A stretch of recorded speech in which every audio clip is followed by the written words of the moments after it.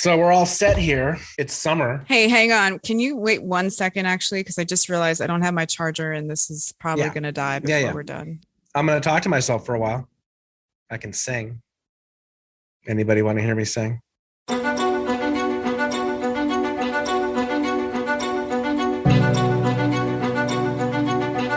was breaking down the plot of West Side Story. That's great. So I'm going to probably use that then.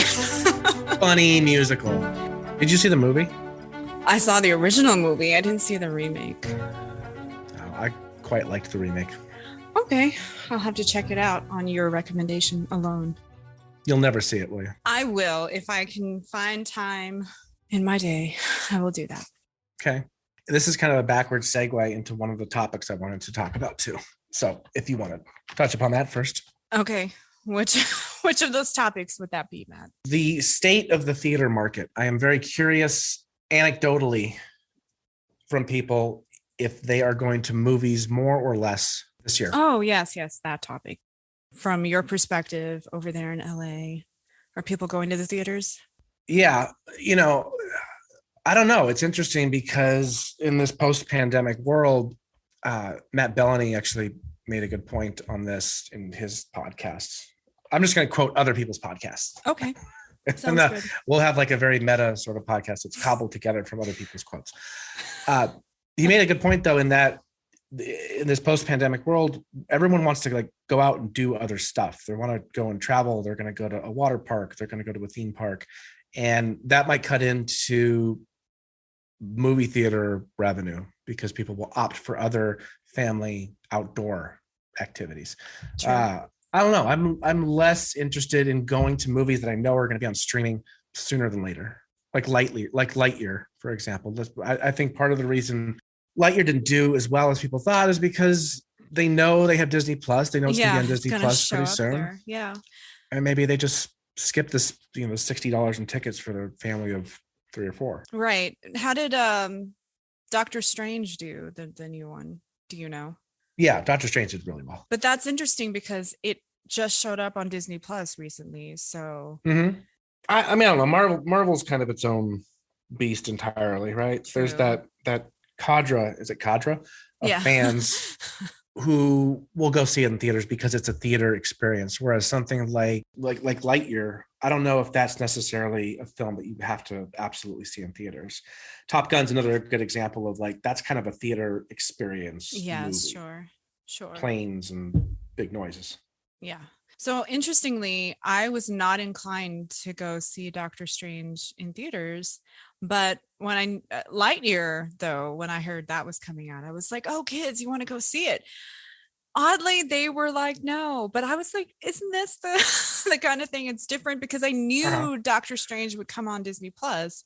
I wasn't sure how quickly Lightyear would come on Disney Plus. And so, but as I think maybe I texted you last night, I was talking to my kids about theaters and such. And, I realized that we hadn't actually been in a theater since like May of 2019, I think, which is a long time. And I've, obviously the pandemic and everything, but I was wondering, I was like, why has it been so long? Because, it is kind of fun. I just don't think it carries the same level of excitement that it used to. But my kids each had their own like opinion on it. So my son, his answer was very concise. He said, they just seem unnecessary now. That's what because of streaming. Yes. So my daughter elaborated on that. And she was like, my 14-year-old, she said, when you have such a plethora of choices out there with all these streaming services, she's like, I mean, we have like 4 different services. And she said, it just doesn't seem worth it to have to go to a theater. And she's like, yeah, sure. We don't have $60 popcorn, her words, not mine, but we do have reclining chairs. That's what she said. Right. Yeah. I mean, my local theater has reclining chairs, but I like going to the movies by myself. And like on like a Tuesday at 3:00. Yeah. Because I live a life of merry privilege, or I can go to the movies on a weekday just hang out. That's fun. I kind of like that experience rather than going to a crowded theater with inevitably I'm with people that don't want to see the movie that I want to see anyway. So Right. it changes the experience. Exactly. If you look at behind me, you folks at home can't see, but I have the poster to Everything Everywhere All at Once, which, I mean, to me, one of the best movies of all time. Did you guys hear that? I whispered it. Of all time. I whisper it because I haven't met anybody that echoed that statement yet. So that's my humble opinion. But I saw it in the theater by myself, and it was just a glorious movie going experience. That's why I look at something like Lightyear that I don't know if it really does have that feel. Other people told me they had trouble with the concept, and that's why people didn't go. And I just don't really buy that excuse. Yeah, I don't either. I mean, it's a little meta, I suppose, because you're like making a movie about the toy that was made from a movie that was in a movie about toys. Yeah, I mean, industry people said that was like the biggest problem. I think it's problematic for them, but for the average moviegoer, I think they just see, oh, it's a Pixar movie, let's go see it. Exactly. So I don't know if that resulted in its $25-30 million less estimation. I mean, I guess that's disappointing, but like ultimately, was it well executed? Was the story good?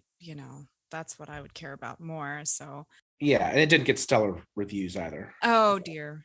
Well, I haven't. I've tried to stay away from reading any of those because like I wanted to see it with my kids, and I probably will still take them to the theater, to be honest, to go see it. We've just been having a packed summer so far, and I'm just kind of like waiting for a free week. I mean, you clearly want to go and see it. I say go see it by yourself. I would, but like I feel bad indulging myself. Unlike you, Matt. Don't feel bad. No, I love indulging myself. You go by yourself, get that tub, mix some M&Ms with it, and just enjoy your calories, day. Matt, the calories. Calories. I just have a very high metabolism, so that's great. I'm glad. No, I don't know. I also don't get popcorn when I go because it's just kind of expensive, and I'm that kind that sneaks things into my like jacket or whatever. Well, it's the American way. So no theater plans. Not yet. I'm curious too on the whole like streaming landscape. And do you subscribe to everything? Netflix, Hulu, Disney Plus? So, I mean, I still have Netflix, but we don't really watch it very much.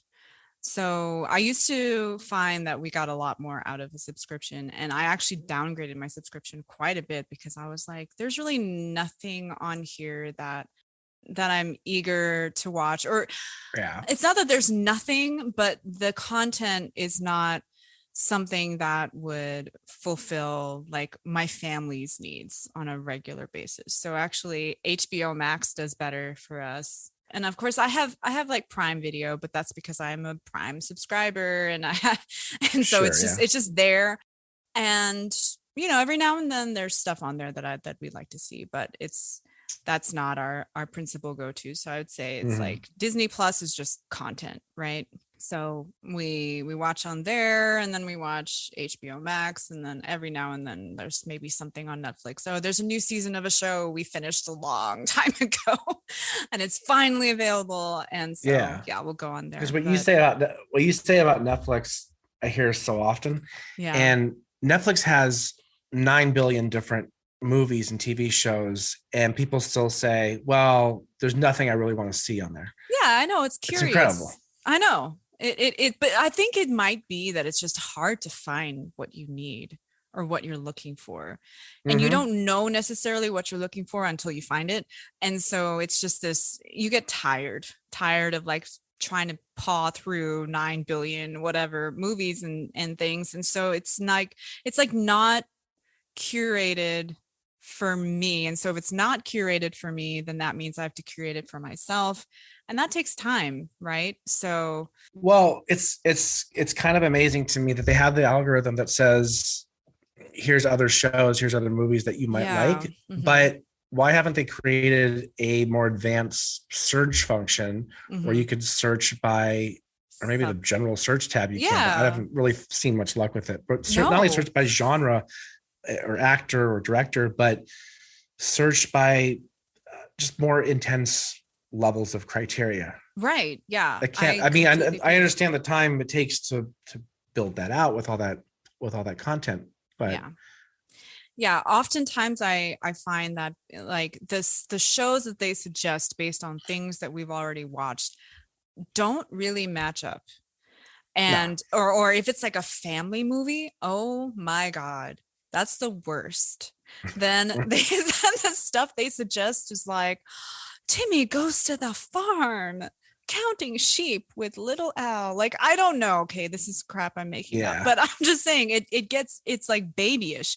So their family category is not what I would consider family viewing at all. Like it's more like, oh, 2-year-old kids and parents who have to sit with their 2-year-old kids and watch something. This is like maybe tolerable. When I think family viewing, I'm thinking like Stranger Things, or which, you know, is on Netflix, but Stranger Things is not, there was a time when Stranger Things was considered family viewing. It is not family viewing. No, I know. It's not. Like, we haven't actually even gotten into it just because we're.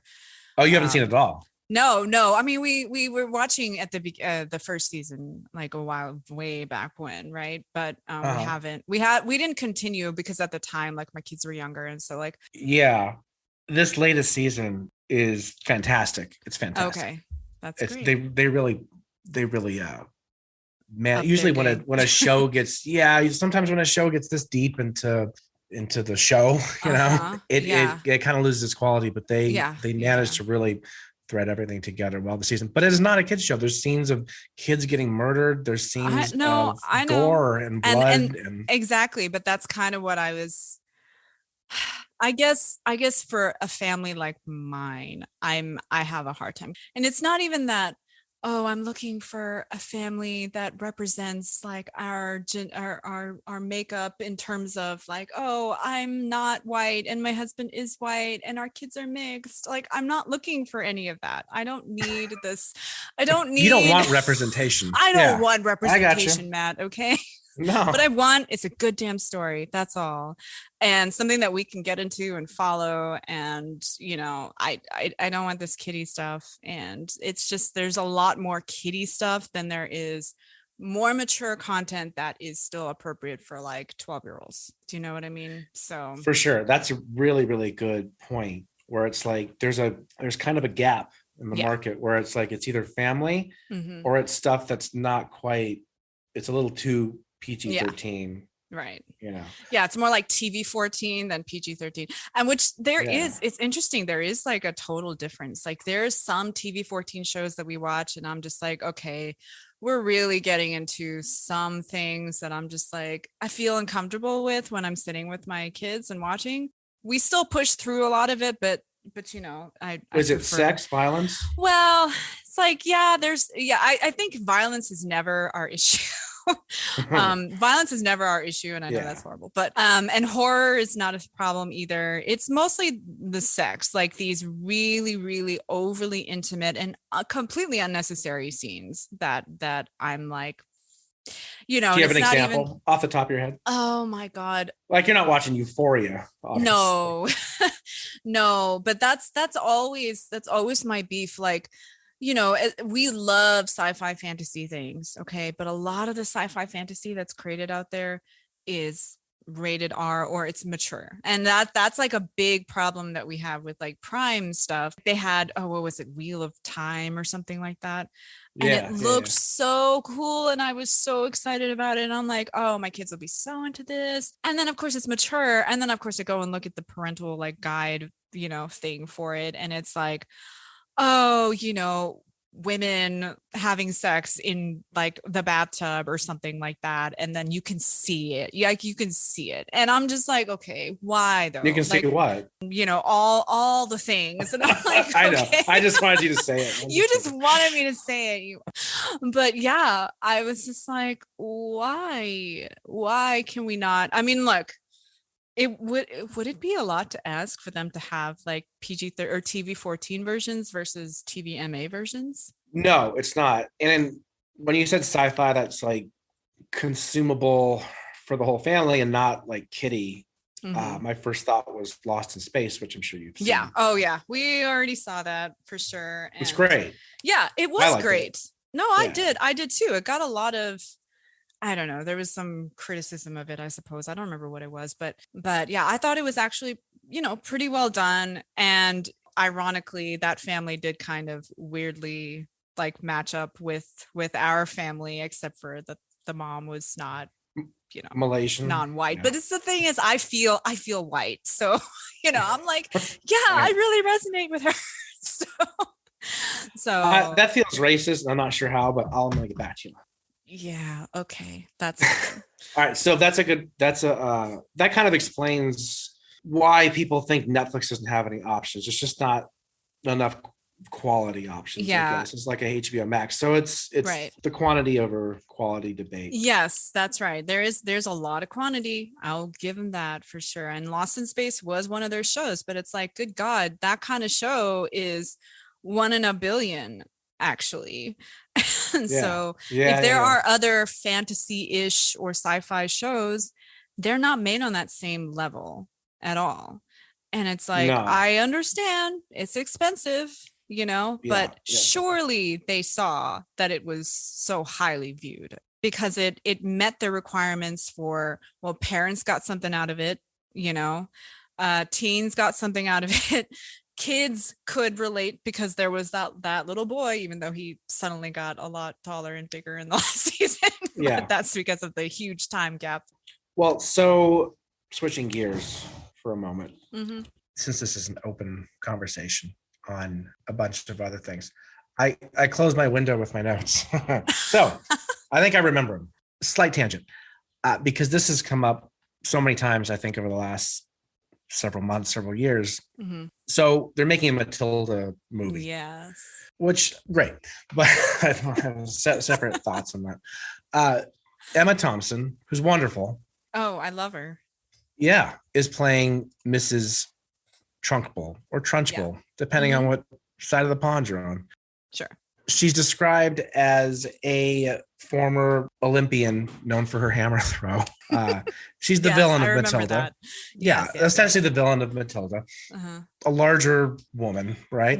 And Emma Thompson's getting shit because she had to don a fat suit. Yeah. Which, I'm sorry, I'm not really sorry.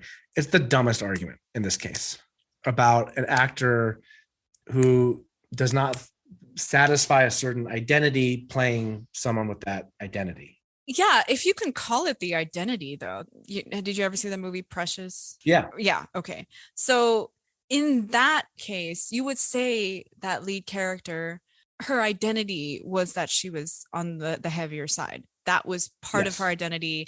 This was intrinsic to the character's development, to the story, to the arc, to every single aspect of that film. In this case, I couldn't care less personally that Emma Thompson dons a fat suit, because how about like in Mrs. Doubtfire, when Robin Williams put in all that stuff to make himself look like a woman?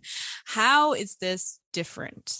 It's not. And I think what happens is people, well-meaning or not well-meaning, they conflate two different arguments into one. So like, that's a good example with Precious.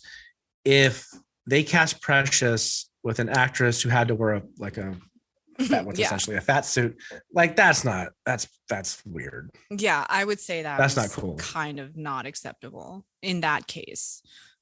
Right. So then the detractors in this case will say, well, there's no difference between that and Emma Thompson pretending that she's fat. And it's like, there is. Don't be stupid. There's a huge difference, because this is not, what was the character's name again in Matilda? Mrs. Trunchbull. Her identity is not that she's fat. Her identity is that she was this big, strong woman who's like, able to do all these physical things.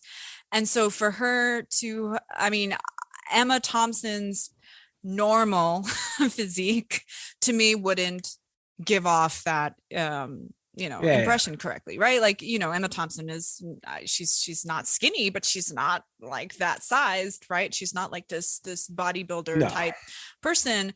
Well, why wouldn't you just cast a bodybuilder type person though? Well, you could, but they wanted to get the best actress, the best talent they could. And so I think Emma Thompson playing this role is a great idea. And actors are supposed to act, lest we forget. So they're not supposed to play themselves. They're supposed to emulate something else that's outside of themselves. But when is it appropriate and when is it inappropriate? Like, let's say it's This Is Us and they're casting the part of that Chrissy Metz plays. Mm-hmm. If you cast an actress who had to wear a fat suit for 6 seasons,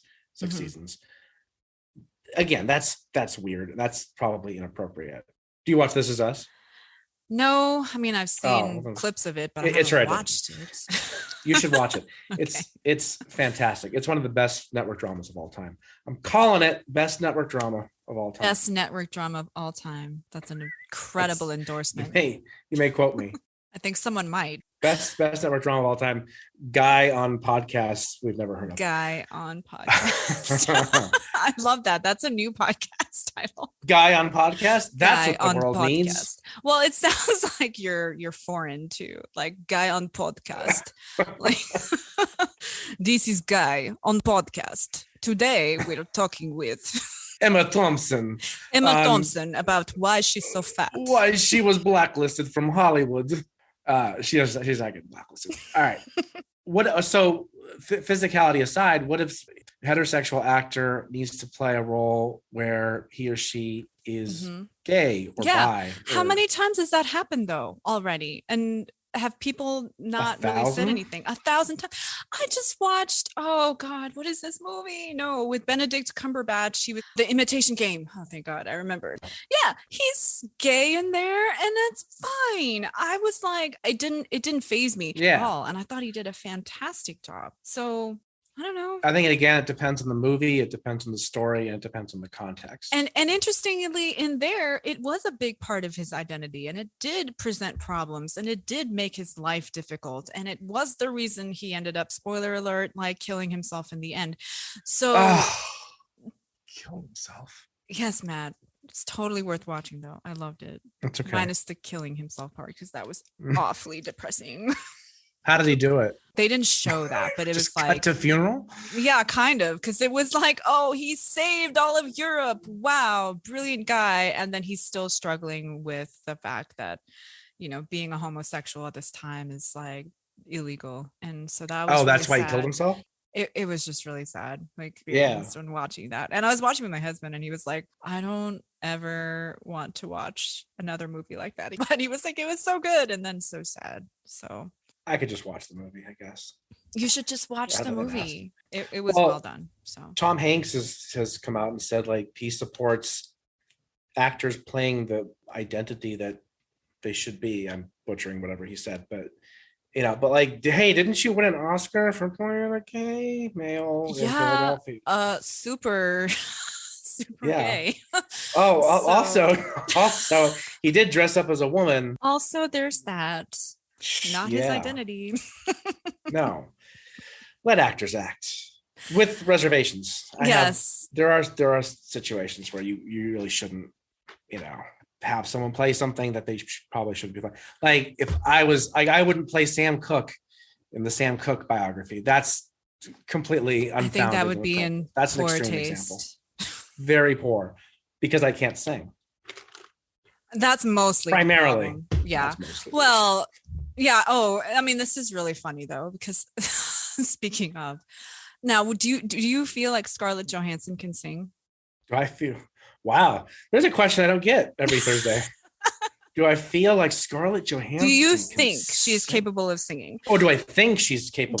Have you heard her sing? So in the movie Sing, that animated one from Pictures, I don't remember, but yeah, she plays the porcupine girl in there who's a rocker, and I do believe she sings. I haven't checked, but I do believe that she's singing the songs in there that she's the character that she's playing. Anybody can sing with the auto tune and all the hip technology they got. Right. Yeah.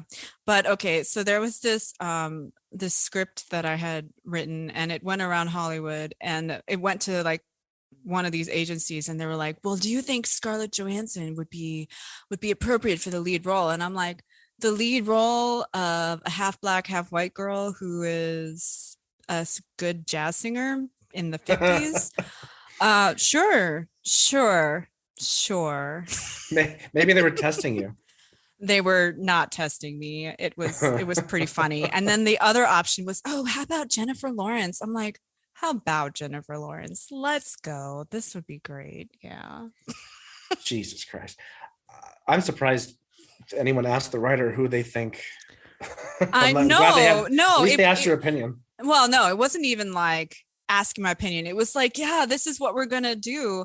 And in fact, this is really funny, but Jennifer Lawrence's team was like, yes, we would love her to do this role. And it's going to be great. Let us know when you find a director and all that stuff. It's like, whatever, one of these many projects that never gets anywhere. But that was really funny. They're like, she read the script. She loved it. I'm like, did she? I don't think she got the whole description of the main character. What was the main character? So it's in the 50s in like Harlem, the jazz scene, right? And so the main character, she is her father was like this famous jazz saxophonist, like a Charlie Parker type or something, and her mother is just this white woman who is, blue collar, but she is very prim and proper. And so their daughter, she's a jazz pianist and she's a singer, so like kind of like Billie Holiday meets like Duke Ellington. Yeah, that's a tough song anyway. But they sent it out, and Clint Eastwood actually was going to direct it.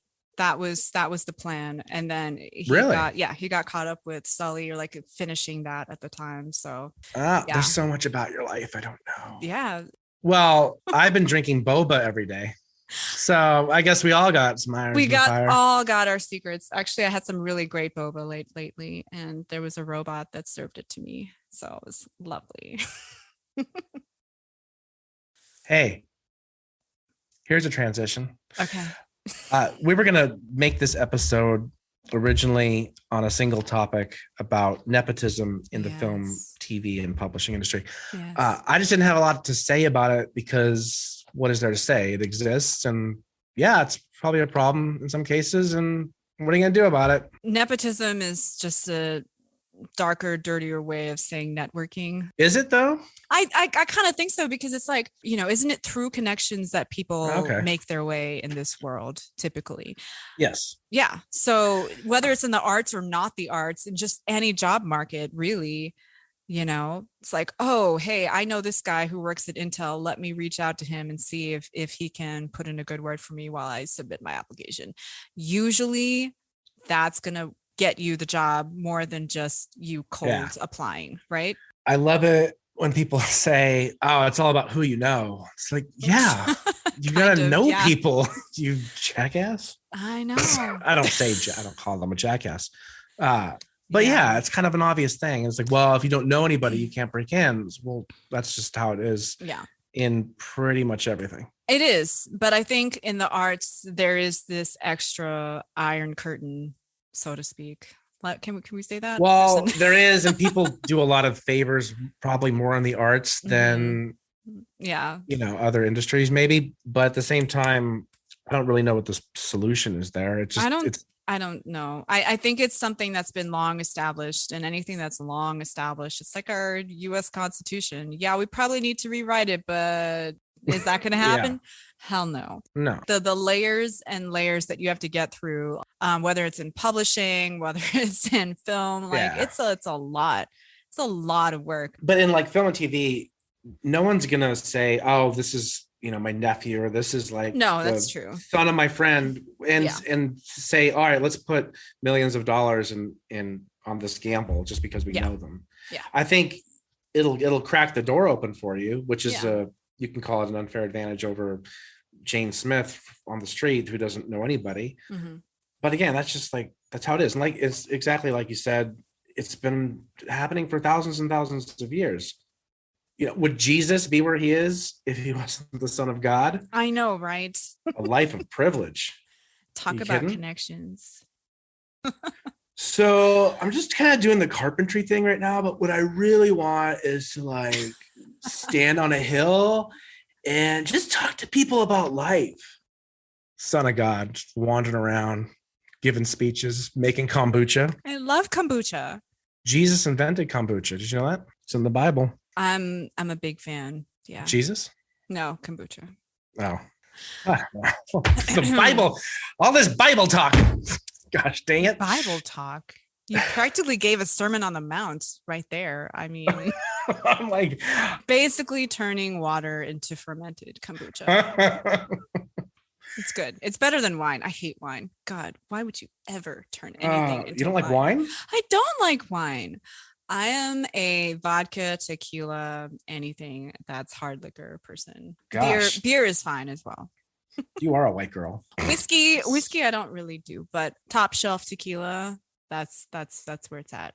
Okay, so when I come out to Austin at some point, and the margaritas here are definitely better than the margaritas in California. It's the same ingredients. How could that be? Well, I don't know. I mean, we're closer to Mexico. No, wait, you're sort of there, but we've got more of it. It's a longer border. Our border is all Mexico. At least at the south end. Yeah. Let's change the subject. Okay.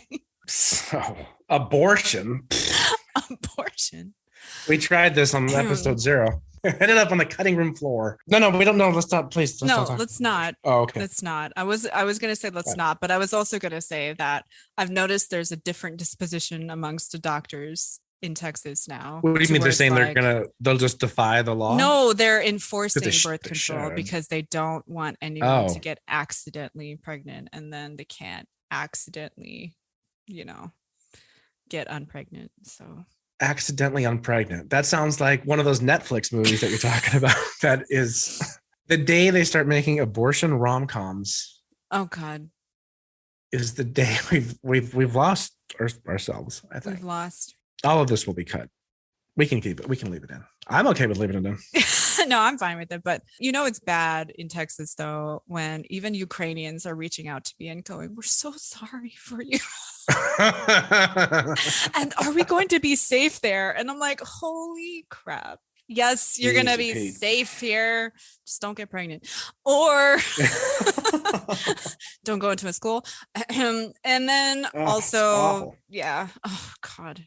It's fun. Are Ukrainians really? Seriously, I'm not joking. Jeez. It's not funny at all, but it's like when a woman who has just fled Ukraine and had to leave her husband behind and her son to fight, and has lost her home and everything, reaches out to me and says, "Dear Michelle, first, let me extend my deepest condolences to the people of Texas on the recent mass shooting."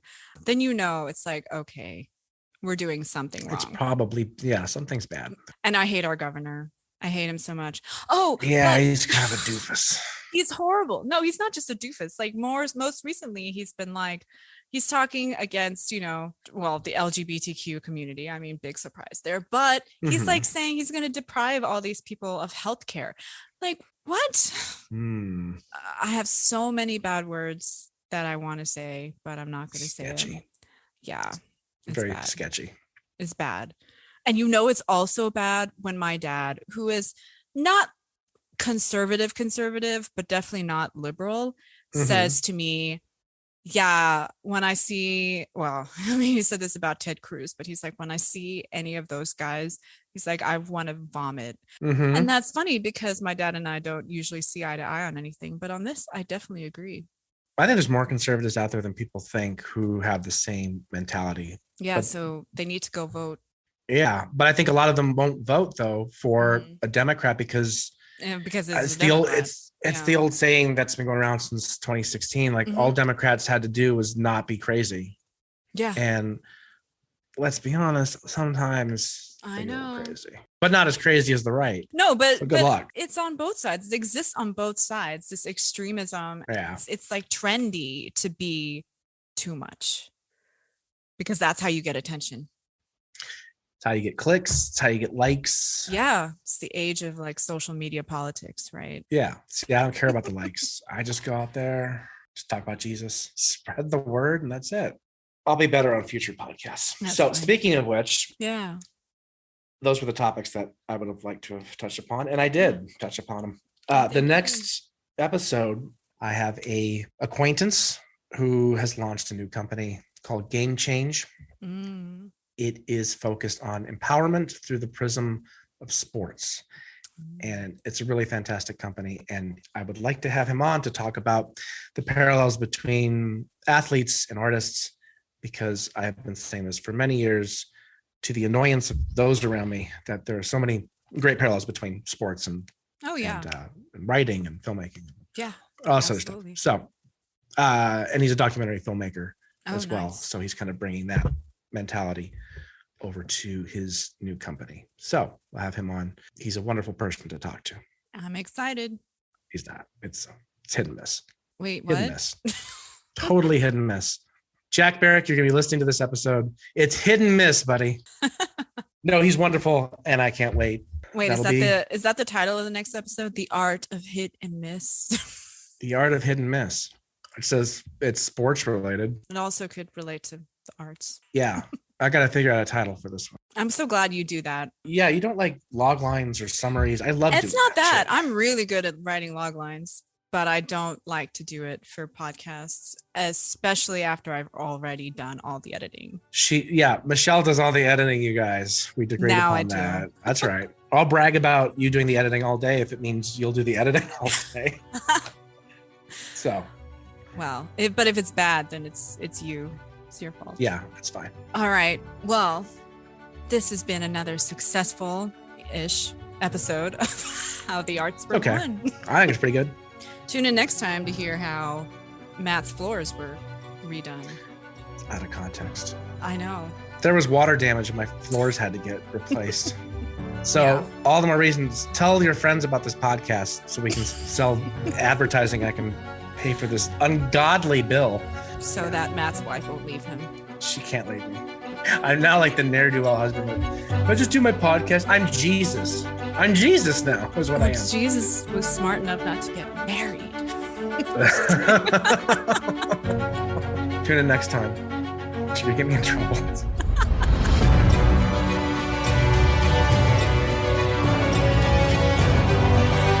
And the theme music.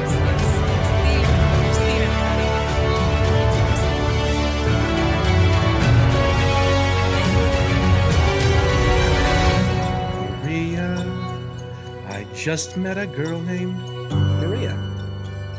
Suddenly I see what's happening to me is glee. That's not the words at all. Okay, I'm gonna break it down for you. West Side Story. Meets a girl named Maria, and he likes her because her name's Maria, apparently. And so, funniest thing happens towards the end of that musical, and I won't spoil it, but she's back. Here we go. All right.